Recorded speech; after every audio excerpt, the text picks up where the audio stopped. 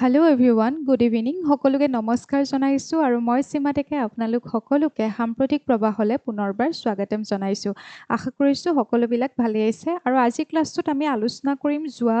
5 জুলাইৰ আচ্ছা ইয়াতে জুলাই হৈ আছে দে আই এম ছ' চৰি 5 আগষ্টৰ পৰা 7 আগষ্টলৈকে হ'ব।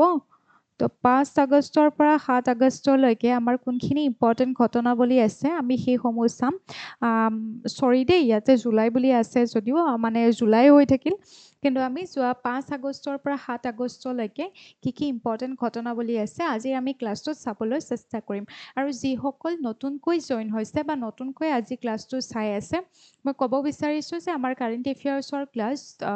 আগতেও হৈছে, গোটেইখিনি অনুষ্ঠিত হৈ আছে বুধবাৰ আৰু শনিবাৰে। গতিকে আপোনালোকে যদি আমাৰ আগৰ ক্লাছসমূহ চোৱা নাই তেতিয়াহ'লে এই চেনেলটোতে আপোনালোকে প্লে লিষ্টত পাব, গোটেইকেইটা ক্লাছে প্লে লিষ্টত উপলব্ধ আছে। এটা এটাকৈ আপোনালোকে চাব পাৰিব সময় উলিয়াই পেলাই। আৰু PDF-সমূহ যিসমূহ PDF হয় আপোনালোকে আমাৰ মেজেষ্টিক একাডেমীৰ যিটো এপ হয় সেই এপত গ'লে আপোনালোকে এনেকৈ দেখিব এটা কাৰেণ্ট এফেয়াৰ্ছ বুলি, কাৰেণ্ট এফেয়াৰ্ছ ছেকশ্যনত গ'লে তাত ভিতৰত আকৌ PDF বুলি থাকিব। সেই PDF-তে গোটেইখিনি কাৰেণ্ট এফেয়াৰ্ছৰ PDF আপলোড হৈ আছে। তো সেইখিনি নতুনকৈ জইন হোৱা ছাত্ৰ ছাত্ৰীসকলৰ কাৰণে মই কৈ দিছোঁ। তো এতিয়া আমি এইকেইদিনত বৰ বিশেষ আমি টপিক নাচাওঁ, কি কি ইম্পৰ্টেণ্ট চাম সেয়া হৈছে Dikhow river, Assam floods, battle of Alaboi and Alaboi ৰণ স্মৃতি দিৱস, দেন নাৱেৰো ফৰ্মাৰলি নাওৰু নেম ৰেষ্টৰেশ্যন, তাৰপিছত কস্পাৰ অৰ্থাৎ আমি পঢ়িম বাৰু এইটোৰ বিষয়ে। এটা এৱাৰ্ড হয়, ডাঙৰ এৱাৰ্ড চাইণ্টিষ্টসকলক দিয়া হয়, বিক্ৰম চাৰাভাই মেডেল 2026। তাৰপিছত আমাৰ আমাৰ ইণ্ডিয়াৰনো কোনে পাইছে সেইটো আমি চাবলৈ চেষ্টা কৰিম। নেক্সটটো হৈছে নেশ্যনেল হেণ্ডলুম ডে'। আমি নেশ্যনেল হেণ্ডলুম ডে'ৰ লগত সংগতি ৰাখি পেলাই আমাৰ অসমৰ হেণ্ডলুম ছেক্টৰটো অকণমান চাম। আৰু যিহেতু এইটো দিনত এই দিনটোতে এনেকুৱা বিভিন্ন ব্যক্তিক এৱাৰ্ড প্ৰদান কৰা হয় এই হস্তশিল্পৰ লগত জড়িত, গতিকে সেই নেশ্যনেল হেণ্ডলুম এৱাৰ্ডছ আমাৰ অসমৰ পৰা কোনে পাইছে সেয়া আমি চাম। তাৰপিছত আছাম ট্ৰিপাৰ্টাইট ষ্টুডেণ্ট ৱেলফেয়াৰ স্কিম, যেনেকৈ নিযুত বাবু, নিযুত মইনা আঁচনিৰ বিষয়ে আমি আজি অকণমান পঢ়িম। তাৰপিছত লাষ্টত আমি পঢ়িম হিৰোশ্বিমা ডে'। হিৰোশ্বিমা এণ্ড নাগাচাকি আপোনালোকে জানে নহয়, য'ত এটম বোম মানে হৈছিলে দ্বিতীয় বিশ্বযুদ্ধৰ সময়ত। গতিকে হিৰোশ্বিমা ডে', যোনদিনাখন হিৰোশ্বিমাত সেই দুৰ্ঘটনাটো সংঘটিত হৈছিলে, এই ঘটনাটো সংঘটিত হৈছিলে, গতিকে হিৰোশ্বিমা ডে' কোনদিনা অবজাৰ্ভ কৰা হয় সেইকাৰণে সেইখিনি আমি অকণমান চাবলৈ চেষ্টা কৰিম। তো প্ৰথমটো টপিকলৈ গৈছোঁ, তাৰ আগত এটা কুৱেশ্যন পঢ়ি লওঁ। Where does the Dikhow river, a major south bank tributary of the Brahmaputra originate. আমি যদি চাওঁ দিখৌ ৰিভাৰটোক লৈ পেলাই এতিয়া কুৱেশ্যন অহা সম্ভাৱনা যথেষ্টখিনি আছে, কাৰণ দিখৌ ৰিভাৰ কোৱা হৈছে যে সৌৰভ শিৱসাগৰ বুলি। কিহৰ কাৰণে আমি যদি চাওঁ এইবাৰলৈ যদি আমি মন কৰোঁ, এতিয়ালৈকে মানুহখিনিয়ে ভাল এটা সুস্থিৰ পৰিৱেশলৈকে এতিয়ালৈকে মানুহখিনি আহিব পৰা নাই। দুৰ্ভাগ্যবশতঃ আমি যদি চাওঁ যথেষ্টখিনি ধ্বংসলীলা হৈ গৈছে এইবাৰ, হয়নে? ফ্লাড, যি বানপানী আহিছে, বানৰ সমস্যা, যিটো সেই সময়ছোৱাত কোনো মানুহে নিজৰ সম্পদটো একো বচাব নোৱাৰিলে, বহুতৰে জীৱনো গৈছে। গতিকে এই ক্ষেত্ৰত আমি যদি চাওঁ আমাৰ পৰীক্ষাৰ পাৰ্চপেক্টিভ কৰি পেলাই যদি আমি চাওঁ, কুৱেশ্যন অহা সম্ভাৱনা আছে এইবাৰ দিখৌ ৰিভাৰৰ বিষয়ে। কাৰণ সেই যিটো বান আহিছিলে, সেই বানৰ যদি আমি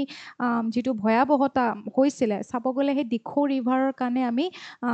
ক'ব পাৰোঁ। গতিকে এই দিখৌ ৰিভাৰটো যদি আমি চাওঁ ব্ৰহ্মপুত্ৰৰ, ইয়াতে আপোনালোকে কুৱেশ্যনটোতে এটা এনচাৰ পাইছে যে ব্ৰহ্মপুত্ৰৰ ই এটা চাউথ বেংক ট্ৰিবিউটৰী, ঠিক আছে? চাউথ বেংক নাইবা লেফ্ট বেংক ট্ৰিবিউটৰী। ব্ৰহ্মপুত্ৰটো এনেকৈ বৈ আহিছে, তো বৈ আহি এইফালে যদি চাই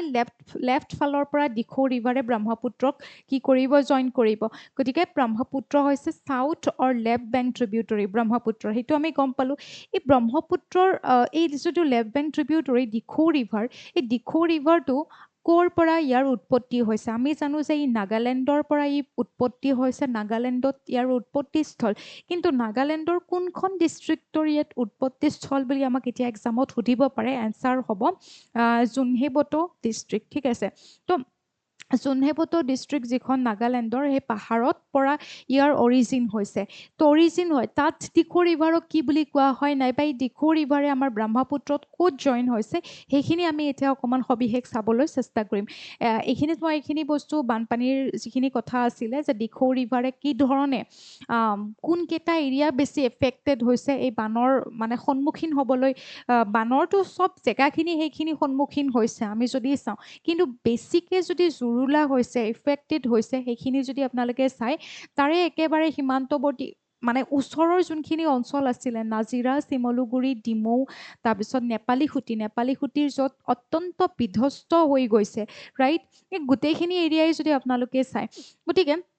শিৱসাগৰ ডিষ্ট্ৰিক্টৰ এই মেইন এৰিয়াই যোনকেইটা বহুত বেছি ছিভাৰলি এফেক্টেড হৈছে মই সেইকাৰণে ইয়াত মেনশ্যন কৰি দিছোঁ সেই এৰিয়াকেইটা গতিকে ইয়াত সেই আন্তঃগাঁথনি ঘৰ দুৱাৰ এইবোৰতো গৈছে জীৱ জন্তুৰ মৃত্যু হৈছে মানুহৰ মৃত্যু হৈছে মানুহে প্ৰাণ হেৰুৱাবলগীয়া হৈছে গতিকে এই ক্ষেত্ৰত দিখৌ নৈ কিহৰ কাৰণে এনেকুৱা এটা পৰিস্থিতিৰ সৃষ্টি হ'বলগীয়া হ'ল যে মানুহে নিজৰ জীৱনটোকে বচাব নোৱাৰিলে বা এনে উটি গৈছে ইয়াৰ কাৰণসমূহ যদি আপোনালোকে চায় এনেকৈ যে হঠাৎ বানটো আহিছে এনেকৈ হঠাৎ কিয় বানটো আহিলে তো ইয়াৰ কেইবাটাও কাৰণ আছে ইয়াৰ কাৰণসমূহ যদি আমি উনুকিয়াই চাওঁ বহুতকেইটা কাৰণ আমি বা বহুতকেইটা ফেক্টৰ আমি ইয়াৰ লগত জড়িত পাওঁ তাৰ উপৰি আমি যদি চাওঁ ইয়াতে যি ধৰণৰ বৰষুণ আপোনালোকে যদি চাই ইয়াত মই কাৰণকেইটা দি দিছোঁ তাত পাহাৰীয়া অঞ্চল যিবোৰ খনন কাৰ্য বা কয়লা খননৰ পৰাও আমি ক'ব পাৰোঁ নাইবা পাহাৰ খান্দাৰ পৰাও আমি ক'ব পাৰোঁ যিটোত এই পাহাৰৰ যিখিনি মাটি হয় গছ গছনিবিলাকে মাটিখিনি ধৰি ৰাখিব নোৱাৰা অৱস্থা হৈছে খনন কাৰ্যবিলাকৰ কাৰণে নাইবা অতিমাত যদি চাই কয়লা খননেই হওক বা পাহাৰ খননেই হওক এইবোৰৰ কাৰণে যদি আপোনালোকে মন কৰে তাত মাটিবোৰ ধৰি ৰাখিব নোৱাৰা হৈ যায় ফলত সেই পাহাৰৰ পৰা দিখৌ নৈ যোনটো অৰিজিন হৈ আহিছে আমি যদি চাওঁ সেই মাটিবোৰ যেতিয়া ধৰি ৰাখিব নোৱাৰি তেতিয়া সেই মাটিবোৰ বৰষুণ আহিলে পাহাৰৰ পৰা নামি আহে আৰু সেইসমূহ নদীৰ লগত একেধৰণে বৈ আহে আৰু খান্দি লৈ আহে তো নদীৰ লগত একেধৰণে যেতিয়া বৈ খন্দুৱাই লৈ আহে সেইখিনি আহি এটা সময়ত যদি আপোনালোকে চায় এনেকুৱা সমতল জেগাবিলাকত কি হয় যেতিয়া নৈখন ছাপ'জ এনেকৈ পাহাৰীয়া অঞ্চলৰ পৰা এনেকৈ বৈ আহিছে নৈখন পাহাৰীয়া অঞ্চলৰ পৰা যেতিয়া বৈ আহিব এই অঞ্চলত থকা মাটিবোৰ অতি জোৰেৰে এইবোৰ কঢ়িয়াই লৈ আহিব তো মাটিবোৰ যেতিয়া একেলগে জাবৰ পলস এইবোৰ যেতিয়া কঢ়িয়াই আনিব যেতিয়া সমতল অঞ্চলবোৰ পাব তেতিয়া এই সমতল অঞ্চলত নদীখনে এই মাটিবোৰ ইয়াতে এৰি দিব তো মাটিবোৰ যেতিয়া ইয়াত এনেকৈ এৰি দিব এই নদীৰ তলিখন কেনেকুৱা হৈ যায় নদীৰ তলিখন মাটিবোৰ পলসবোৰ ইয়াতে জমা কৰোঁতে নদীৰ তলিটো উফন্দি উঠে কাৰণ পানীবোৰ কি হৈ যায় তেতিয়া স্তৰটো বৃদ্ধি হৈ থাকিব কাৰণ তলটো কি হৈ যায় বাম হৈ গৈ আছে নাই পানীটো সেইকাৰণে বেছি ষ্ট'ৰ কৰি ৰাখিব নোৱাৰে ফলত কি হয় যেতিয়া প্ৰচণ্ড ইয়াতে বৰষুণৰ যেতিয়া সৃষ্টি হ'ব এনেকুৱা পাহাৰীয়া অঞ্চলবোৰত সেই বৰষুণৰ সৃষ্টি হোৱাৰ লগে লগে ইয়াতে সেই মাটিবোৰ বেছিকৈ কঢ়িয়াই লৈ আহিব ফলত নদীত বেছিকৈ সেই পানীবোৰ ইয়াতে কি হ'ব জমা হ'বলৈ ধৰিব তো একেৰাহে যে এই 10 মিনিটত 12 মিনিটত যে এনেকৈ মানুহৰ ঘৰ উটুৱাই লৈ গ'ল সেইকাৰণে এই পানী ধৰি ৰাখিব নোৱাৰা নদীয়ে ধৰি ৰাখিব নোৱাৰাৰ ফলত এই পলসে সৈতে কি হৈ যায় এই অঞ্চলত ওচৰে পাজৰে যিখিনি এই যিকেইখন অঞ্চল আছিলে সেই অঞ্চলবোৰ বহুত বেছি এফেক্টেড হৈছে ইয়াৰ পৰা জোৰেই পানীবোৰ কি হৈছে বৈ গৈছে ফলত সেই মানুহবোৰৰ জীৱ জন্তু একো মানে জীৱন বচাবই নোৱাৰিলে গতিকে এনেকুৱা এটা পৰিস্থিতিৰ সৃষ্টি হৈছে তো সেইকাৰণে আমি প্ৰকৃতিক সদায় কি কৰিব লাগিব প্ৰকৃতিক আমি সদায় সুৰক্ষিত কৰি ৰাখিব লাগিব যিমান যি পাৰোঁ আমি হয়নে নাই আমি ফিউচাৰ জেনেৰেশ্যনৰ কথা ভাবিব লাগিব আমি প্ৰকৃতিক সুৰক্ষিত কৰি ৰাখিব লাগিব যিমানখিনি পাৰোঁ তো এনেকুৱা এটা পৰিস্থিতিৰ সৃষ্টি বৰ্তমান সময়ত হৈছে হয়নে এনেকৈ প্লাবিত হৈ গৈছে কৃষিভূমিসমূহ জলমগ্ন হৈছে কৃষিভূমিটো ধ্বংস হৈ গৈছে মানুহৰ ঘৰ দুৱাৰ ধ্বংস হৈছে তো ইয়াত মই সেইকাৰণে গোটেইখিনি বস্তু লিখিয়ে দিছোঁ পাহাৰীয়া অঞ্চলত এনেকুৱা যেতিয়া ইমানখিনি বৰষুণ হ'ব সেই বৰষুণৰ তেতিয়া কি হয় বৰষুণ হোৱাৰ লগে লগে জোৰেৰে তললৈকে নামি আহিব ন তললৈকে একদম জোৰেৰে যোনবিলাক সমান অঞ্চল সেইবোৰলৈকে বৈ অহাৰ লগে লগে ওচৰত যিখন নদী অৰ্থাৎ দিখৌ নৈৰ কি হৈ গৈছে তেতিয়া পানীৰ স্তৰটো তেনেকৈ কি হৈ গৈছে বাঢ়ি গৈছে তো সেইকাৰণে ওচৰে পাজৰে এৰিয়াখিনি খুব বেছি এফেক্টেড হৈছে মই ইয়াত সেইকাৰণে কিছুমান লিখি দিছোঁ কেনেকুৱা কাৰণত এনেকুৱা ধৰণৰ ঘটনাবিলাক সংঘটিত হ'ব পাৰে পানী ধৰি ৰখাৰ ক্ষমতাবিলাক কমি গৈছে ন পাহাৰৰ পৰা সেই বস্তুবিলাক তীব্ৰ মানে গতিত মাটিয়ে চাটিয়ে খান্দি লৈ আহে গতিকে এনেকুৱা এটা চিটুৱেশ্যন হৈছে আমি চাব যদি যাওঁ ইয়াত মই কাৰণ কিছুমান লিখি দিছোঁ অন্যান্য এক্সামৰ কাৰণে এইখিনি বস্তু ইম্পৰ্টেণ্ট হ'ব পাৰে বুলি ভাবি পেলাই মই এইখিনি লিখি দিছোঁ তো ষ্টেটিক জিকেৰ পৰা আপোনালোকে চাব পাৰে খুব ইম্পৰ্টেণ্ট যে দিখৌ ৰিভাৰৰ অৰিজিন বা চ'ৰ্চটো উৎসটো কি হয় ক'ৰ পৰা আহিছে কোনখন ডিষ্ট্ৰিক্টৰ পৰা তো এয়া হ'ব জোনহেবটো ডিষ্ট্ৰিক্ট নাগালেণ্ডৰ ঠিক আছে নাগালেণ্ডত যদি আপোনালোকে চাই এই ডিষ্ট্ৰিক্টখনৰ পৰা যে বৈ আহিছে যেনেকৈ পাহাৰৰ পৰা এনেকৈ বৈ আহিছে এই নাগালেণ্ড অঞ্চলত এই নদীখনক তিজু বা দিখৌ বুলিও জনা যায় মন কৰিব তিজু বা দিখৌ বুলি কোৱা হয় কেতিয়াবা সুধিব পাৰে তিজু বুলি কোনখন নৈক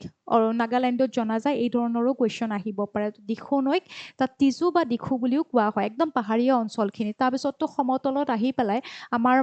কেনেকৈ আহিব চাওক এণ্টাৰ্ছ দি প্লেইন অফ আছাম থ্ৰু নাগিনীমৰা অৰ্থাৎ নাগিনীমৰা হৈছে নাগালেণ্ডৰ এটা অঞ্চল সেই নাগিনীমৰাৰ প্লেন দি তেনেকৈ আহি পেলায়ে নাগিনীমৰা হৈ পেলাই অসমত কি কৰে ই এণ্টাৰ কৰে আচলতে অসমত এণ্টাৰ কৰি পেলাই আপোনালোকে যদি চাই শিৱসাগৰ হৈ পেলাই অৰ্থাৎ শিৱসাগৰ জিলাতে যিটো দিখৌমুখ তাত কি কৰিব দিখৌমুখত ব্ৰহ্মপুত্ৰৰ লগত জইন হ'ব ঠিক আছে ব্ৰহ্মপুত্ৰ ক'ত মিট কৰিব শিৱসাগৰ ডিষ্ট্ৰিক্টৰ দিখৌমুখত কি কৰে ই এই ৰিভাৰটোৱে ব্ৰহ্মপুত্ৰক জইন কৰে সেইকাৰণে ব্ৰহ্মপুত্ৰৰ দিখৌনক আমি কি বুলি কওঁ অন্যতম এটা ট্ৰিবিউটৰী বুলি কওঁ কোনটো দিশৰ ট্ৰিবিউটৰী সেয়া হৈছে সাউথ দিশৰ কাৰণ ইফালে যদি চাই ইফালে অৰুণাচল প্ৰদেশ এইখিনিলৈকে অৰুণাচল প্ৰদেশ এইখিনি আমাৰ অসমৰ এনেকৈ যদি চাই ইয়াতে কি আছে চৰাইদেউ হয়নে শিৱসাগৰ ডিষ্ট্ৰিক্ট এইখিনিত যদি আপোনাৰ ইফালেতো তিনিচুকীয়া তো এইখিনিত যদি চাই এইখিনিত কি আছে ইফালে নাগালেণ্ড তো এই নাগালেণ্ডৰ পাহাৰৰ পৰাই অৰিজিন হৈছে দিখৌ নৈ তো এই দিখৌ নৈ শিৱসাগৰত এনেকৈ ব্ৰহ্মপুত্ৰ গৈছে ন ইয়াতে কি কৰিব মিট কৰিব তো সেই বস্তুটো চাব তো এনেকৈ ইফালৰ পৰা গৈছে মানে কি চাউথ বেংক ট্ৰিবিউটৰী ৰাইট তো চাউথ বেংক নাইবা লেফ্ট বেংক ট্ৰিবিউটৰী হয়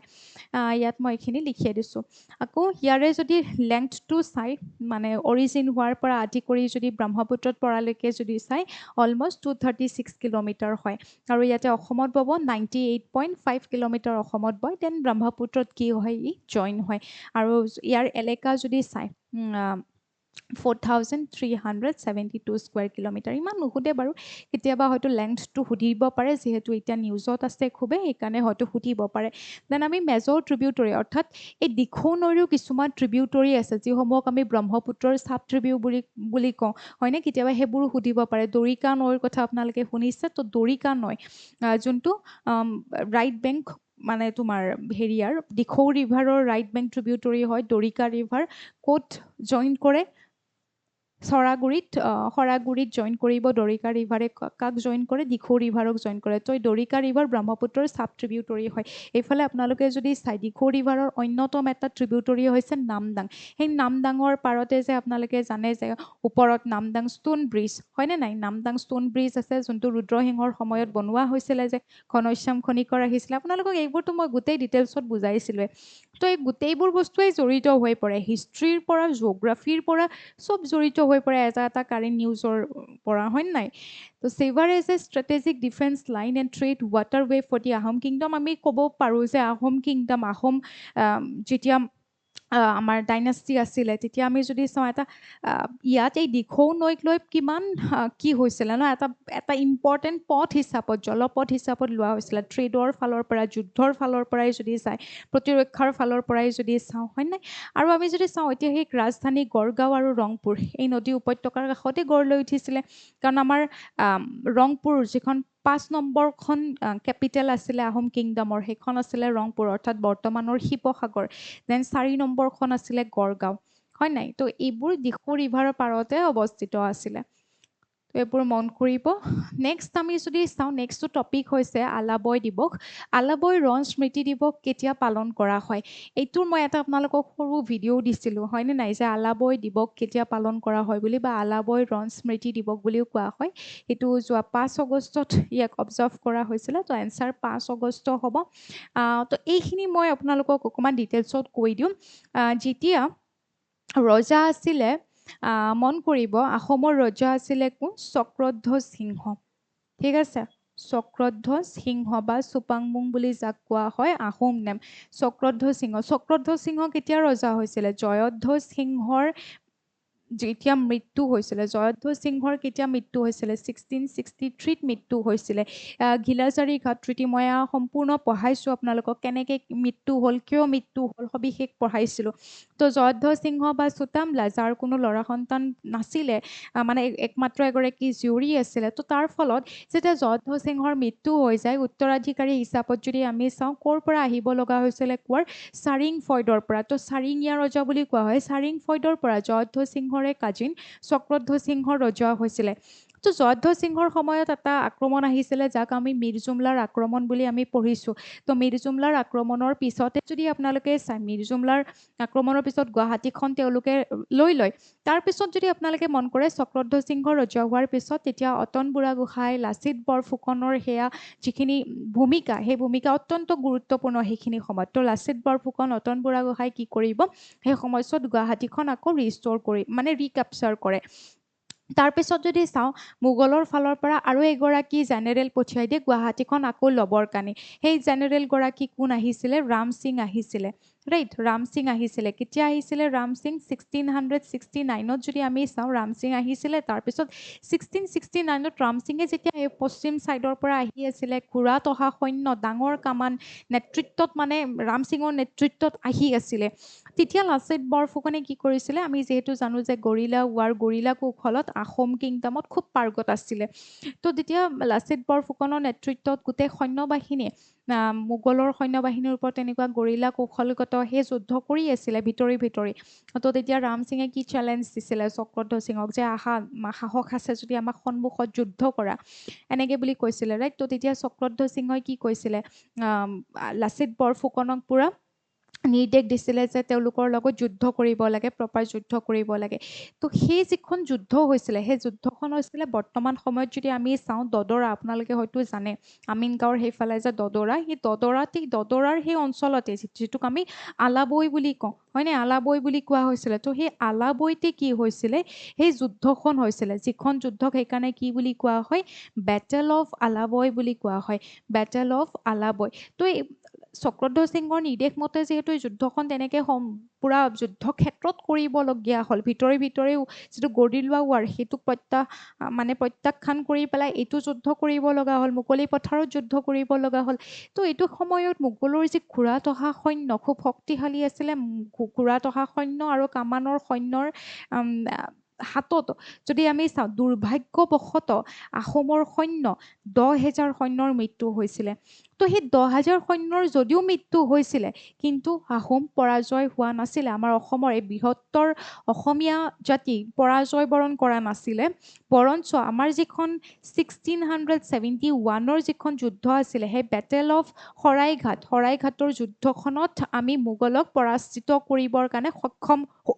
হৈছিলে অসমৰ বৃহত্তৰ সেনাই কি হ'বলৈ সক্ষম হৈছিলে সেই মোগলৰ সৈন্যক পৰাজিত কৰিবলৈ সক্ষম হৈছিলে এইখন যুদ্ধত কিন্তু এই যুদ্ধখনত যিহেতু দুৰ্ভাগ্যবশতঃ এই 1669ৰ 5 আগষ্টত কি হৈছিলে আমাৰ অসমৰ 10,000 সৈন্য অলমষ্ট 10,000 সৈন্যৰ মৃত্যুবৰণ হৈছিলে গতিকে সেই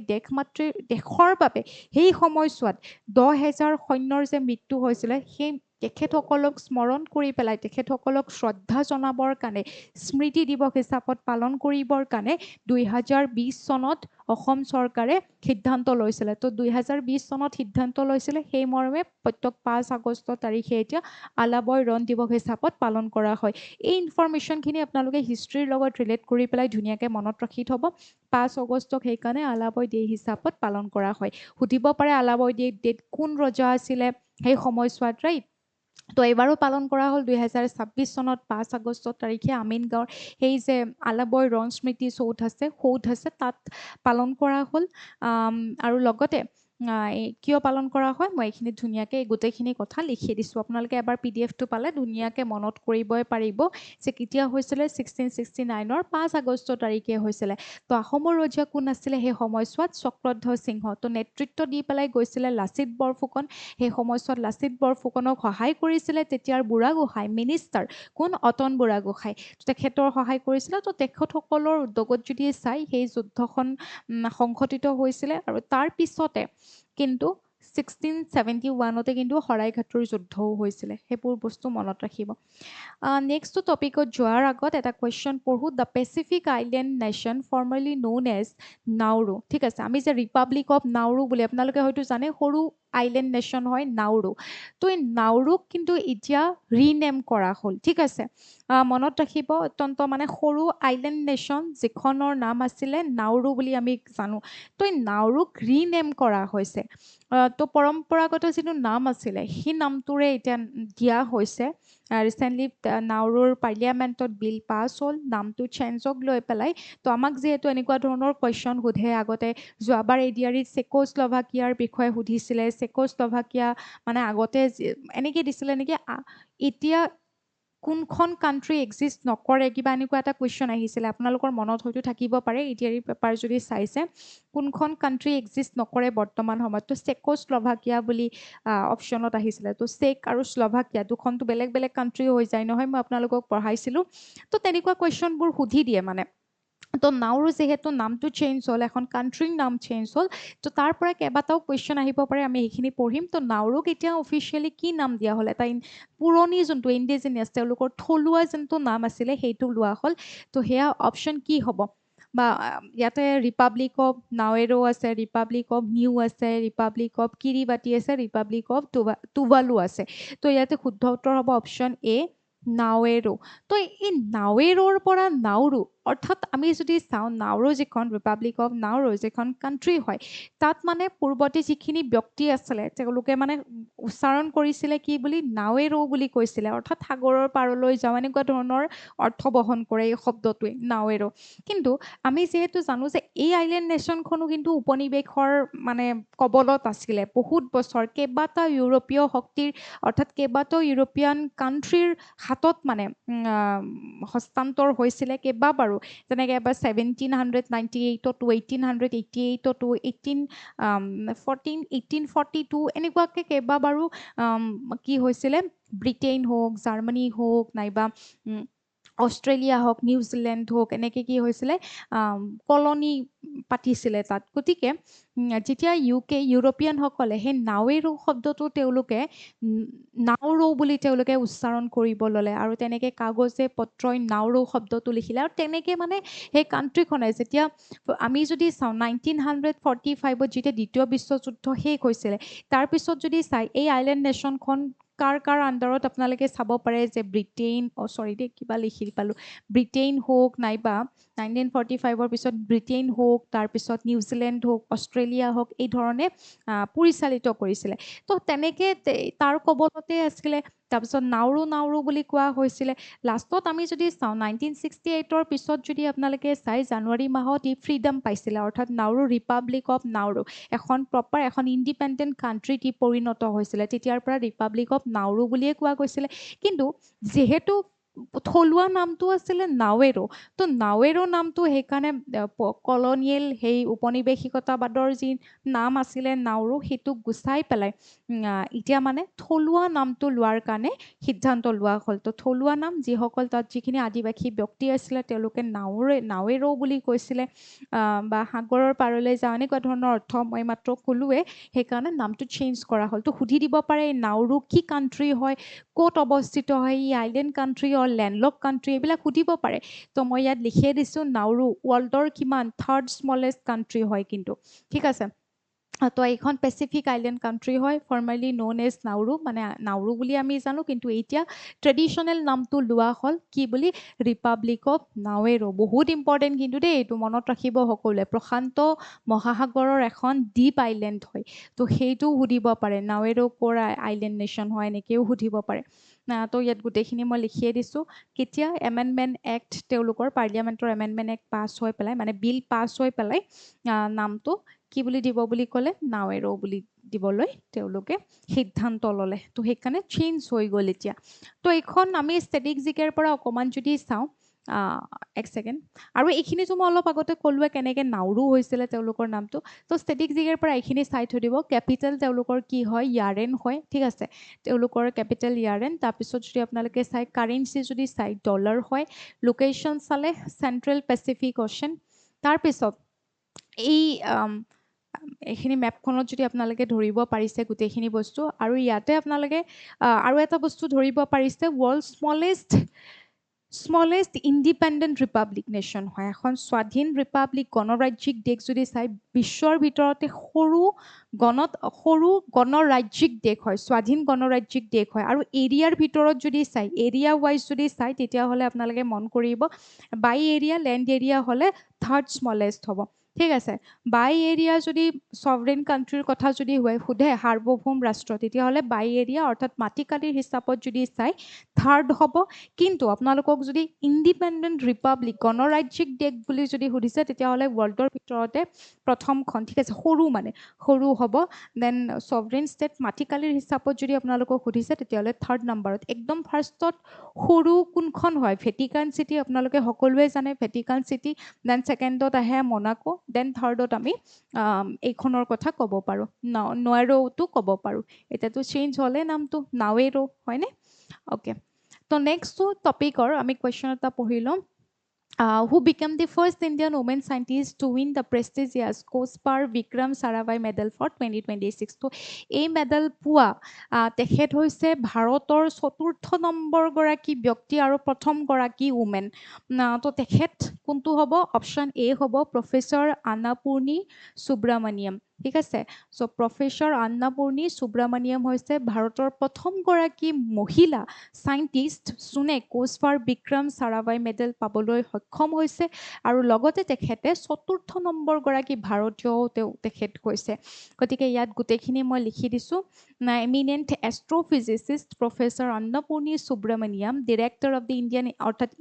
ইণ্ডিয়ান ইনষ্টিটিউট অফ এষ্ট্ৰ'ফিজিক্সৰ ডিৰেক্টৰ আৰু তেখেতক এই টাইটেলটো এই বৰ্ষটোৰ বাবে তেখেতক প্ৰদান কৰা হৈছে সকলোৱে মনত ৰাখিব এই টাইটেলটো কেতিয়া দিয়ে যিয়ে স্পেচৰ ক্ষেত্ৰত মহাজাগতিক ক্ষেত্ৰত ছায়েন্সৰ ক্ষেত্ৰত যাৰ বিশেষ অৱদান থাকে ডেভেলপিং নেশ্যনবিলাকৰ ব্যক্তিবিলাকৰ যে অৱদান থাকে তেনেকুৱা চাইণ্টিষ্টবিলাকক এই এৱাৰ্ডটো দিয়া হয় তো ভাৰতৰ এতিয়ালৈকে মই যদি ভুল কৰা নাই এখেতক ধৰি পেলাই 4গৰাকীয়ে পাইছে তো এইখিনি আপোনালোকে মনত ৰাখিব আৰু তেখেত হৈছে প্ৰথমগৰাকী ইণ্ডিয়ান ওমেন কিন্তু তেখেতে হৈছে ওমেন আৰু চতুৰ্থগৰাকী ইণ্ডিয়ান হ'ব এই এৱাৰ্ডটো লাভ কৰা আৰু ইয়াত মই এইটো সুধি দিব পাৰে কি হয় সেইকাৰণে মই গোটেইখিনি বস্তু ইয়াত লিখিয়ে দিছোঁ আপোনালোকে চাব কেতিয়া দিয়া হ'ল 46 নম্বৰ কোচপাৰৰ যিখন মিটিং হৈছিলে ঠিক আছে তাত কি কৰা হ'ল মানে এই বঁটাটো প্ৰদান কৰা হয় আৰু কিহৰ কাৰণে ইয়াত মই গোটেইখিনি লিখি দিছোঁ কি কণ্ট্ৰিবিউশ্যন স্পেচ ৰিচাৰ্চ হওক ডেভেলপিং নেশ্যনৰ যি স্পেচ ৰিচাৰ্চৰ ক্ষেত্ৰত যিসকল ব্যক্তি জড়িত আৰু তেখেতৰ আমি যদি চাওঁ তৰাৰ গণনা বয়স লগতে মানে তৰাৰ বয়স তাৰপিছত তৰাৰ কিমান সংখ্যা এনেকুৱা ধৰণৰ তেখেতৰ মহাজাগতিক যি অৱদান আছে সেইবোৰৰ কাৰণে তেখেতক কি কৰা হৈছে এই এৱাৰ্ডটো প্ৰদান কৰা হৈছে আৰু লগতে এই এৱাৰ্ডটো কেতিয়াৰ পৰা দিয়া হৈছে বা কাৰ দ্বাৰা দিয়া হয় সেইটো মনত ৰাখিব 1990ৰ পৰা জইণ্টলি দিয়া হয় কোচপাৰ এণ্ড ইণ্ডিয়ান স্পেচ অৰ্থাৎ ইছৰো ঠিক আছে ইছৰো আৰু কোচপাৰৰ দ্বাৰা এই এৱাৰ্ডটো 1990ৰ পৰাই দিয়া হৈছিলে আৰু লগতে কিহৰ কাৰণে দিয়া হয় ইয়াত মই লিখিয়ে দিছোঁ সুধিব পাৰে নহয় কেতিয়াবা সেইকাৰণে ইয়াত লিখি দিছোঁ আৰু আগত ইণ্ডিয়াৰ কোনে কোনে পাইছিলে গোটেইখিনি ব্যক্তিৰ নাম মই ইয়াতে গোটেই লিখি দিছোঁ আৰু কোচপাৰ যিটোৰ ফুল ফৰ্ম হৈছে committee on space research establish কেতিয়া হৈছিলে 1958ত এষ্টাব্লিছ হৈছিলে হ'ব আৰু হেডকোৱাৰ্টাৰ এই কোচপাৰৰ হেডকোৱাৰ্টাৰ আছে পেৰিছ এইবোৰ বস্তু আমাক ষ্টেডিকত সুধি দিব পাৰে ইম্পৰ্টেণ্ট তো সেইকাৰণে আপোনালোকে চাব নেক্সট টপিক এইটো ইম্পৰ্টেণ্ট হয় আমাৰ কাৰণে নেশ্যনেল হেণ্ডলুম ডে যিটো আগষ্টৰ 7 তাৰিখে পালন কৰা হয় আৰু এই নেশ্যনেল হেণ্ডলুম ডে আগষ্টৰ 7 তাৰিখে যে পালন কৰা হয় এই দিনটো অৰ্থাৎ এটা আমাৰ হিষ্ট্ৰীৰ এটা ঘটনাৰ লগত জড়িত হৈ আছে 1905 চনত যিটো সংঘটিত হৈছিলে সেই ঘটনাটোৰ লগত সেই মুভমেণ্টটোৰ লগত জড়িত হৈ আছে তো আপোনালোকে যদি চাই 1905 চনত হোৱা তেনেকুৱা মুভমেণ্ট কি আছিলে নন কোঅপাৰেশ্যন মুভমেণ্ট নেকি এইটোতো নহয়ে 1920 চনত নন কোঅপাৰেশ্যন মুভমেণ্ট আহিব কুইট ইণ্ডিয়া মুভমেণ্ট হ'ব নেকি এইটোতো নহয়ে 1942 চনত আহিব 1930 চনত আহিব চিভিল ডিছঅবিডিয়েণ্ট মুভমেণ্ট তো এইকেইটা নহয় অপশ্যন কি হ'ব অপশ্যন বিটো আমি অনায়াসে এনচাৰটো অপশ্যনটো উলিয়াবই পাৰিলোঁ এই স্বদেশী মুভমেণ্ট কিয় হৈছিলে যদি আপোনালোকে যদি চায় 1905 যিটো বেংগল পাৰ্টিশ্যন হৈছিলে বংগ বিভাগ হৈছিলে অলৰেডি কেইবাবাৰো আপোনালোকক ক্লাছত বুজাইছোঁ মই বংগ বিভাজনৰ বিষয়ে তো বেংগল পাৰ্টিশ্যন হৈছিলে লৰ্ড কাৰ্জনৰ সময়ত এই বংগ বিভাজনৰ সময়তে কি হৈছিলে এইটোৰ বিৰুদ্ধে বংগত কি হৈছিলে মুভমেণ্টে গা কৰি উঠিছিলে যিটোক আমি স্বদেশী মুভমেণ্ট বুলি কওঁ বা স্বদেশী আন্দোলন বুলি কওঁ আৰু সেই স্বদেশী আন্দোলনটো আৰম্ভ হৈছিলে 1905 চনৰ 7 আগষ্টৰ পৰা আৰু তেতিয়া যদি আপোনালোকে চাই সেই 7 আগষ্টত মন কৰিব যেতিয়া মানে 1905 চনত সেই স্বদেশী মুভমেণ্ট আৰম্ভ হৈছিলে 7 আগষ্টত আপোনালোকে যদি চায় এনেকুৱা যে স্বদেশী বস্তুবিলাক বৰ্জন কৰা স্বদেশী বস্তুবিলাক বিদেশী বস্তুবিলাক বৰ্জন কৰা স্বদেশী বস্তুবিলাক গ্ৰহণ কৰা অৰ্থাৎ নিজে হাতে বনোৱা কাপোৰ পিন্ধা বিদেশী বস্ত্ৰ পৰিহাৰ কৰা বয়কট কৰা স্কুল কলেজ বয়কট কৰা সেই সময়ছোৱাত জাতীয় স্কুলবিলাক প্ৰতিষ্ঠা হৈছিলে আমাৰ খাদী যিবোৰ কাপোৰ সেইবোৰৰ বহুত বেছি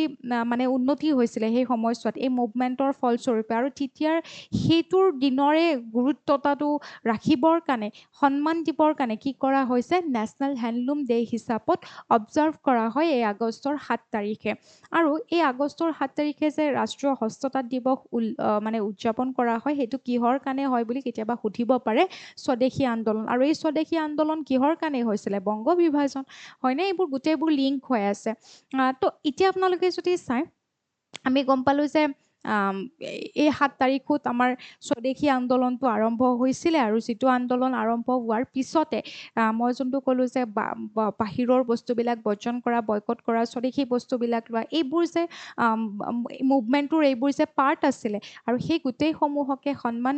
ৰাখিবৰ কাৰণে সেই গোটেইসমূহক স্মৃতি হিচাপত এই দিনটোক নেশ্যনেল হেণ্ডলুম ডে হিচাপত অবজাৰ্ভ কৰাৰ কথা ঘোষণা কৰা হৈছিলে তো এইখিনি বস্তু আপোনালোকে চাব এইবাৰো নেশ্যনেল হেণ্ডলুম ডে 7 আগষ্টত পালন কৰা হ'ল আৰু লগতে আমি অসমৰ লগত ৰিলেট কৰি পেলাই কিছুমান বস্তু চাম আৰু প্ৰথম কথা আপোনালোকে মনত কৰিব যে এই এৱাৰ্ডটো এই ডেটো কেতিয়াৰ পৰা অবজাৰ্ভ কৰা হৈছিলে 2015 চনৰ পৰা ইয়াক অবজাৰ্ভ কৰাৰ কথা কোৱা হৈছিলে হ'ব ইনগৰেট কৰা হৈছিলে এতিয়া আমি অসম ৰিলেট কৰি পেলাই অকণমান কথা চাম অসমৰ হেণ্ডলুম ছেক্টৰটো আপোনালোকে যদি চায় অসমৰ অলমষ্ট আপোনালোকে যদি চায় 80% উইমেন আমাৰ হেণ্ডলুম ৱেভিঙৰ লগত বয়ন শিল্পৰ লগত জড়িত গতিকে আমাৰ ইয়াতে কিছুমান কটেজ ইণ্ডাষ্ট্ৰী আছে আপোনালোকে সকলোখিনি জানে যেনেকৈ শুৱালকুছিৰ কথা আপোনালোকে জানে মেনচেষ্টাৰ বুলি কোৱা হয় শুৱালকুছিক হয়নে নাই এইবোৰ কুৱেশ্যন আহিব পাৰে তো মেক্সিমাম মানুহ অলমষ্ট 80% মানুহ আমি ক'ব গ'লে ইয়াতে আমাৰ মহিলাসকল যিসকল মানে ইয়াতে তাঁতৰ লগতে জড়িত ঠিক আছে কৃষি খণ্ডৰ পিছতে আমি যদি চাওঁ এই ৱেভিং বয়ন শিল্পটো খুব ইম্পৰ্টেণ্ট কিন্তু ইয়াতে আৰু এই নেশ্যনেল হেণ্ডলুম ডেত প্ৰত্যেক বছৰত এটা এৱাৰ্ড প্ৰদান কৰা হয় ঠিক আছে এই এৱাৰ্ডটো কিহৰ কাৰণে প্ৰদান কৰা হয় এই হস্তশিল্পৰ লগত জড়িত যিখিনি ব্যক্তি তেখেতসকলৰ শিল্পক তেখেতসকলৰ এই কষ্ট ত্যাগক শ্ৰদ্ধা জনাই সন্মান জনায়ে তেখেতসকলৰ অৱদানৰ বাবে কিছুমান এৱাৰ্ড প্ৰদান কৰা হয় তাৰ ভিতৰত যদি আপোনালোকে চাই সেই এৱাৰ্ডসমূহ এইবাৰ অসমৰো 3গৰাকী ব্যক্তি আৰু এটা অৰ্গেনাইজেশ্যনে পাইছে গতিকে এইখিনি আমি অকণমান চাবলৈ চেষ্টা কৰিম 7 আগষ্টত যিসমূহ অনুষ্ঠিত হৈ গ'ল ৰাষ্ট্ৰপতি দ্ৰৌপদী মুৰ্মুৰ দ্বাৰা সেই এৱাৰ্ডসমূহ দিয়া হ'ল গতিকে এইবাৰ 22গৰাকী আমি যদি ইণ্ডিয়াত চাওঁ টোটেল 22গৰাকী তেনেকুৱা মাষ্টাৰ আৰ্টিচানক দিয়া হৈছে এনেকুৱা ব্যক্তিক ৱেভাৰ বা বয়ন শিল্প বা শিপিনীসকলক এনেকুৱা 22গৰাকী শিপিনীক এই এৱাৰ্ডটো দিয়া হৈছে আমি যদি চাওঁ 3 ষ্টেট কোন আছে অসম তাৰপিছত উৰিষ্যা উত্তৰ প্ৰদেশ ঠিক আছে য'ৰ পৰা মানে হাইয়েষ্ট বয়ন শিল্পৰ লগত জড়িত গতিকে এই 3খন ষ্টেট জড়িত হৈ পৰিছে এইবাৰ আৰু তাৰ ভিতৰত যদি আমি চাওঁ যোনটো বয়ন শিল্পৰ লগত জড়িত হাইয়েষ্ট এৱাৰ্ডটো হৈছে সন্ত কবীৰ হেণ্ডলুম এৱাৰ্ড তাৰপিছত হেণ্ডলুম এৱাৰ্ড কিন্তু সন্ত কবীৰ যিটো এৱাৰ্ড হয় হাইয়েষ্ট এৱাৰ্ড হয় কিন্তু আৰু সন্ত কবীৰ এৱাৰ্ডটো আপোনালোকে মন কৰিব এই সন্ত কবীৰ এৱাৰ্ডটো 3গৰাকী ব্যক্তিক প্ৰদান কৰা হৈছে আৰু তাৰে ভিতৰত এগৰাকী আমাৰ অসমৰ পৰাও বিলং কৰে গতিকে এই সন্ত কবিৰ এৱাৰ্ড বুলি কিয় কোৱা হয় আপোনালোকে হয়তো জানে সন্ত কবিৰ সন্ত কবিৰ কেৱল এগৰাকী ছ'চিয়েল ৰিফৰ্মাৰে নাছিলে এগৰাকী সমাজ সংস্কাৰকে এগৰাকী নাছিলে তেখেত এগৰাকী বয়নশিল্পৰ লগত জড়িত এগৰাকী ব্যক্তি আছিলে যিহেতু তেখেতৰ ফেমিলিটো তাৰ ওপৰত নিৰ্ভৰশীল আছিলে তেখেতে আপোনালোকে হয়তো পঢ়িছে কিছুমান কথা কৈছিলে যেনেকুৱা তেখেতৰ মতে বয়নশিল্পত এই যোনটো কাম কৰা তাত বোৱা এইটোক এটা আধ্যাত্মিক এটা ধ্যানৰ লগত তুলনা কৰিছে আধ্যাত্মিক যোনটো আমি কওঁ ন এটা আমি পাইছোঁ আধ্যাত্মিকভাৱে স্পিৰিচুৱেলি মানে কানেক্ট কৰিছে যেনেকৈ আমি শিপিনী এগৰাকীয়ে এডাল সূতাৰে এখন ডাঙৰ বস্ত্ৰ তৈয়াৰ কৰি তোলে তেনেকৈ তেখেতৰ মতে কোৱা হয় যে ভগৱানেও আমাৰ শৰীৰটো আত্মাটো তেনেকৈ ৰচনা কৰিছে তেনেকৈ উলিয়াইছে শৰীৰ আত্মা এনেকুৱা ধৰণে এবিধ লগাই পেলাই আমাক বনাইছে তো ইয়াতে মানে এটা আধ্যাত্মিকতা তেখেতে সোমাই দিছে খুব ধুনীয়াকৈ তেখেতে এই ৱেভিং বা এই বয়নশিল্পক তেখেতে তেনেকুৱাকৈ চাইছিলে গতিকে তেখেতৰ নিচিনা মানে তেখেতৰ সেই যোনটো চিন্তাধাৰা বা তেখেতৰ যি কৰ্ম সেইকাৰণে তেখেতৰ নামতে আচলতে শিপিনীসকলক তেখেতে যে ইমান ধুনীয়া এটা কৰ্মত তেখেতসকলে মানে জড়িত এই ধৰণে এখন কাপোৰ তেওঁলোকে তৈয়াৰ কৰি তোলে তেওঁলোকৰ কিমান কষ্ট ত্যাগ সেই গোটেইখিনিকে শ্ৰদ্ধা জনাই পেলাই দেশৰ এনেকুৱা শিপিনীসকলক যাৰ কণ্ট্ৰিবিউশ্যন এনেকুৱা খুব যথেষ্ট মানে ধুনীয়া হয় তেনেকুৱা ব্যক্তিসকলক দিয়া হয় গতিকে এইটো হৈছে হাইয়েষ্ট এৱাৰ্ড হয় সন্ত কবিৰ এৱাৰ্ড দেন হেণ্ডলুম এৱাৰ্ড আমি যদি চাওঁ সন্ত কবিৰ এৱাৰ্ড তিনিগৰাকী ব্যক্তিক এইবাৰ দিয়া হৈছে তাৰ ভিতৰত আমাৰ অসমৰ যোনগৰাকী ব্যক্তি তেখেত হৈছে ৰুণিমা চেতিয়া চৌধুৰী তো তেখেতক এই সন্ত কবিৰ হেণ্ডলুম এৱাৰ্ডটো তেখেতক প্ৰদান কৰা হৈছে যাৰ কিহৰ উৎকৃষ্ট নিদৰ্শন কিহৰ বাবে মুগা চিল্ক শাৰী তো মুগা চিল্কৰ যি কাপোৰ মেখেলা চাদৰ তাৰ লগত তেখেতৰ যি মানে কাৰিকৰী নিপুণতাৰ বাবে তেখেতক এই হাইয়েষ্ট এপেক্স যিটো এৱাৰ্ড অৰ্থাৎ সন্ত কবিৰ এৱাৰ্ড সেইটো দিছে দেন হেণ্ডলুম আৰু যিখিনি বাকী নেশ্যনেল হেণ্ডলুম এৱাৰ্ড অৰ্থাৎ তাৰ তলৰ যিটো এৱাৰ্ড হয় নেশ্যনেল হেণ্ডলুম এৱাৰ্ড সেইটো দেশৰ 19গৰাকী ব্যক্তিক দিছে তাৰ ভিতৰত আমি অসমৰ পৰা যদি চাওঁ জ্যোতি ভূঞা তেখেতকো প্ৰদান কৰা হৈছে যিয়ে এৰি চিল্ক মেখেলা চাদৰৰ লগত জড়িত এই হস্ততাঁতৰ লগত জড়িত তেখেতক দিছে দেন নেক্সটগৰাকী হৈছে ৰীতি দলে যোনে এগৰাকী দিব্যাংগ শিপিনী হয় আৰু তেখেতে মাজুলী অৰ্থাৎ মাজুলীৰ হয় আৰু লগতে যিটো মিচিং সমাজৰ যি পৰম্পৰাগত যিটো আপোনাৰ কি বুলি কয় গেৰো বুলি কয় আপোনালোকে মোৰ প্ৰনাউন্স কৰোঁতে ভুল হ'ব পাৰে চৰি গেৰো বুলি কয় তেওঁলোকৰ সেই পৰম্পৰাগত যিটো ডিজাইন হয় গতিকে তেনেকুৱা চাদৰ মেখেলা মানে পাটৰ হওক তেনেকুৱা চাদৰ মেখেলা বা নুনি এনেকুৱা ধৰণৰ চাদৰ মেখেলাৰ লগত জড়িত চাদৰ মেখেলা মানে কি আৰু বস্ত্ৰৰ লগত জড়িত গতিকে সেইকাৰণে তেখেতক এই এৱাৰ্ডটো তেখেতকো দিয়া হয় আৰু লগতে এটা মাৰ্ভেলা এছ'চিয়েশ্যন শুৱালকুছিৰ গতিকে এইটোও কি পায় আপোনাৰ এটা ষ্টাৰ্টআপ কোম্পেনী গতিকে যিটো এই ৰাষ্ট্ৰীয় হস্ততাঁত বঁটা এইটোও পায় গতিকে এইখিনি বস্তু আপোনালোকে চাব এবাৰ হয়তো সুধি দিব পাৰে নেক্সট আপোনালোকে এটা মই কুৱেশ্যন কৰোঁ নেকি বহুতেতো বেয়া পাওঁ বুলি কয়ে হোমৱৰ্ক কৰি বেয়া পাওঁ এটা কুৱেশ্যন সোধোঁ আমাৰ অসমৰ দেই অসমৰ এবিধ মানে এনেকুৱা GI টেগ লাভ কৰা অসমৰ প্ৰথম GI টেগ লাভ কৰা সামগ্ৰী কি হয় আৰু লগতে আমাৰ এনেকুৱা অসমীয়া পৰম্পৰাগত সাজ পোছাক হওক কাপোৰ হওক কিহে GI টেগ লাভ কৰিছে আপোনালোকে এইকেইটা এনচাৰ মোক জনাওকচোন মই চাম কোনে কোনে ক'ব পাৰে আগৰ যিসকলক কুৱেশ্যন কৰিছিলোঁ যিসকলে দিছে সকলোৰে শুদ্ধ উত্তৰেই হৈছে কনষ্টিটুৱেণ্ট এছেম্বলিয়ে যেনেকৈ ৰাষ্ট্ৰীয় পতাকা প্ৰথমবাৰৰ বাবে ৰাষ্ট্ৰীয় পতাকাখন মানে পতাকাখনক ৰাষ্ট্ৰীয় পতাকা লৈছিলে হয়নে গতিকে সেয়া চবৰে শুদ্ধ উত্তৰ হৈছিলে যি কুৱেশ্যন কৰিছোঁ প্ৰায় চবেই শুদ্ধ উত্তৰ দিয়ে এইবাৰ যোনখিনি কৈছোঁ এইখিনি চাবচোন লাষ্টততো মই দুটা হোমৱৰ্ক ৰাখিছোঁ সেই দুটাটো কৰিবই লাগিব মাষ্ট বি একদম তো এতিয়া আমি যদি চাওঁ ৰিচেণ্টলি 2026-27 বৰ্ষৰ পইচা মানে সাহাৰ্য দিবৰ কাৰণে যিটো পইচা মুখ্যমন্ত্ৰী নিযুত মইনা আঁচনি আৰু লগতে আপোনালোকে হয়তো জানে 2026 চনত মুখ্যমন্ত্ৰী নিযুত বাবু আঁচনিও আহিছে গতিকে নিযুত মইনা আঁচনিৰ এইটো ছেকেণ্ডটো ফেজ হ'ব ছেকেণ্ডটো বেটছ হ'ব কিন্তু নিযুত বাবু আঁচনিৰ এইটো ফাৰ্ষ্টটো বেটছ হ'ব গতিকে এনেকৈ তিনিখন স্কিম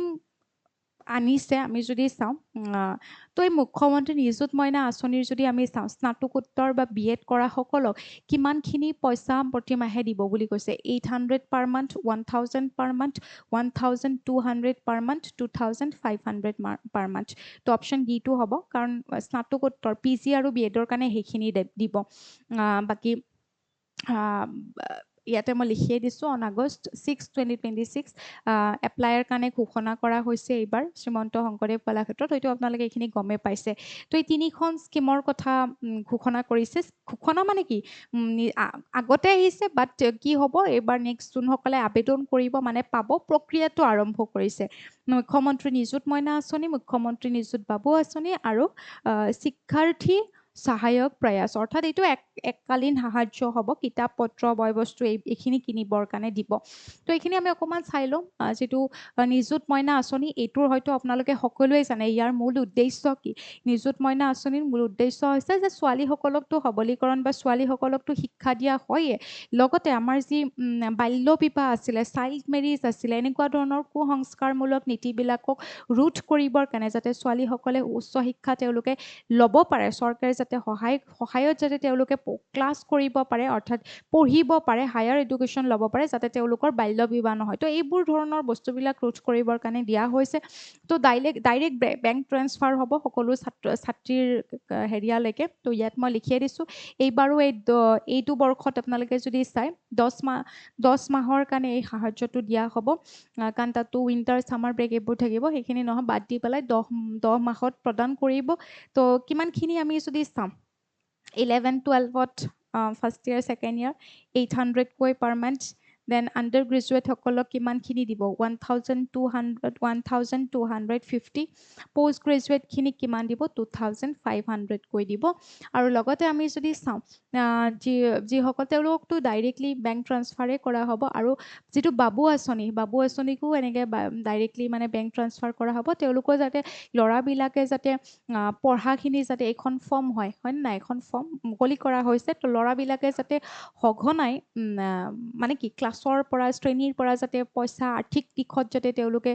বুজা হৈ পেলাই আৰ্থিক দিশৰ কাৰণে যাতে তেওঁলোকে শ্ৰেণীসমূহ এৰিব লগা নহয় তো সেইটো দিশলৈ মন কৰি পেলাই ল'ৰাসকলৰ কাৰণেও সাহায্য দিয়া হ'ব অৰ্থাৎ এনেকৈ স্কলাৰশ্বিপ দিয়া হ'ব তো কিমানখিনি পইচা আহিব ইয়াত গোটেইখিনি লিখা হৈছে আৰু যিসকল ব্যক্তি সকলোকে নহয় যিসকল মানে ফেমিলিৰ 4 লাখতকৈ পাৰ ইয়াৰ মানে ইয়াৰলি যিটো ইনকাম সেইটো তলত হয় তেওঁলোকক দিব আৰু ছোৱালীসকলৰ যদি চাই প্ৰত্যেক ছোৱালীক প্ৰদান কৰিব গভৰ্ণমেণ্ট ইনষ্টিটিউশ্যনত পঢ়া আৰু কিন্তু মেৰিড হ'লে নিদিয়ে সেইটো আপোনালোকে চাই থৈ দিব গোটেইখিনি ক্ৰাইটেৰিয়াখিনি ভালকৈ চাব আৰু লগতে এলিজিবিলিটি ক্ৰাইটেৰিয়া যিটো বাবু আঁচনি এইখিনি মই দিয়ে দিছোঁ ইয়াতে যাৰ 4 লাখতকৈ ইনকাম তলত হয় আৰু কিহৰ কাৰণে দিয়ে সেইটো মই কৈ দিছোঁ ফাইনেন্সিয়েল এছিষ্টেণ্ট কেনেকৈ দিব আণ্ডাৰ গ্ৰেজুৱেটসকলক 1000 পাৰ মান্থ আৰু পষ্ট গ্ৰেজুৱেটক 2000 পাৰ মান্থ হয় তাৰপিছত যিটো এককালীন এটা সাহায্য দিব অৰ্থাৎ টকা এই যিবোৰ পাঠ্যপুথি যি লাগে প্ৰয়োজন বুক কলম এই গোটেইবোৰ ল'বৰ কাৰণে এটা এককালীনকৈ পইচা দিব হায়াৰ ছেকেণ্ডাৰীত হ'লে 1000 দিব মানে এটা টাইমতে এইটো আৰু দি নাথাকে আণ্ডাৰ গ্ৰেজুৱেট হ'লে UGৰ ষ্টুডেণ্ট হ'লে 3000 দিব কিতাপ পত্ৰ এইবোৰ কিনিবৰ কাৰণে পষ্ট গ্ৰেজুৱেট হ'লে 5000 দিব তো এইটো দিব এইটো বৰ্ষত 26-27 বৰ্ষৰ কাৰণে নেক্সটটো টপিক আমাৰ যিটো লাষ্টটো টপিক হিৰোশ্বিমা ডে তো হিৰোশ্বিমা ডে অবজাৰ্ভ কৰা হয় 6 তাৰিখে আগষ্টৰ 6 তাৰিখে চাব which aircraft was used by the US Air Force to drop the first atomic bomb code name Little Boy on Hiroshima on August 6, 1945 তো 1945-ৰ যেতিয়া দ্বিতীয় বিশ্বযুদ্ধ হয়নে এই হিৰোশ্বিমা নাগাচাকিটো বম পেলাই তাৰপিছতেতো দ্বিতীয় বিশ্বযুদ্ধ সামৰণি পৰে কাৰণ এইটো গ্ৰুপ হাৰি যায় ৰাইট তো এই আগষ্টৰ 6 তাৰিখে যিটো ঘটনা সংঘটিত হৈছিলে অৰ্থাৎ এটম বোম পেলোৱা হৈছিলে তো সেইটোৰ কোড নেমটো আছিলে লিটিল বয় আৰু এই যিটো এটম বোম তাত মানে কোনখন বিমান ব্যৱহাৰ কৰিছিলে এই বোমা পেলাবৰ কাৰণে তো ইয়াত লিখাই আছে তাৰপিছত বক্সকাৰ স্নুপ 55 এনোলা গে গ্ৰেট আৰ্টিষ্ট তো ইয়াতে শুদ্ধ উত্তৰ হ'ব এনোলা গে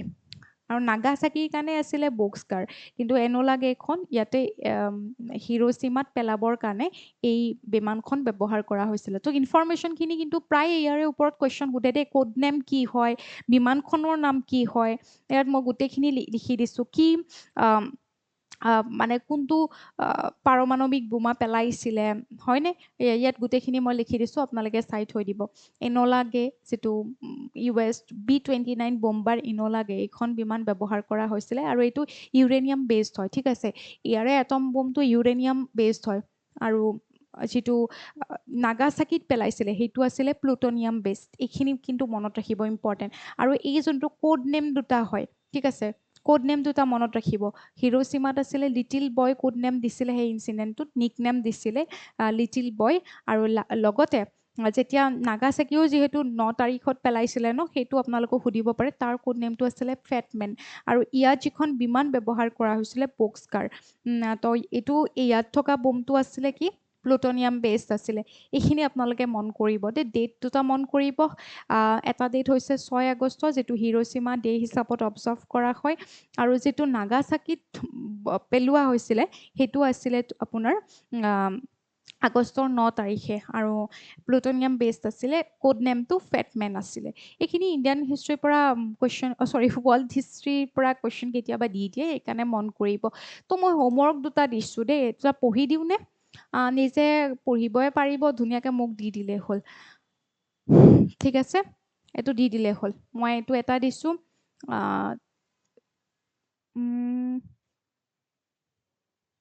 এইটো অলপ আগতে মই ক'লোৱে নেকি এইটো এটা হোমৱৰ্ক খুব ইজি কিন্তু দে একদম আগলৈকে ক্লাছটোৰ আগলৈকে নাযাব যিসকলৰ মনত আছে সেইসকলে দিলেই হ'ল মনত নাথাকেখিনি দিব নালাগে যিসকলৰ মনত ৰৈ গ'ল পঢ়াখিনি তেওঁলোকে দি দিয়ক এতিয়া এইটো কুৱেশ্যন চাওঁ কিমানৰ মনত আছে এনচাৰটো কৰি দিব ধুনীয়াকৈ এইটো নেক্সট এটা আছে যে which nuclear fissile material was used in the atomic bomb code name fat man অৰ্থাৎ যিটো নাগাচাকিত পেলোৱা হৈছিলে তাত কোনটো বেষ্ট আছিলে অলপ আগতে কৈছিলোঁ অলপ আগতে কৈ আহিছিলোঁ তো কোনসকলৰ মনত আছে তেওঁলোকেহে দিলে হ'ল মনত আছেনে নাই ইউৰেনিয়াম আছিলে আৰু প্লুটনিয়াম আছিলে মনত আছেনে চাই লওঁ থকাসকলে দিব ধুনীয়াকৈ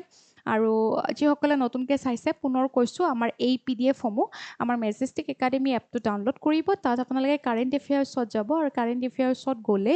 তাতে আপোনালোকে PDF-ত এই PDF-সমূহ পাব তো ক্লাছটো ইয়াতে এৰোঁ দেই সকলোকে ধন্যবাদ জনাইছোঁ ধুনীয়াকৈ ক্লাছটো চোৱাৰ বাবে ভালকৈ পঢ়ি থাকিব ৰিভিজন দিব অন্যান্য ছাবজেক্টসমূহ পঢ়ি থাকিব লগতে এনজয় কৰি পঢ়িব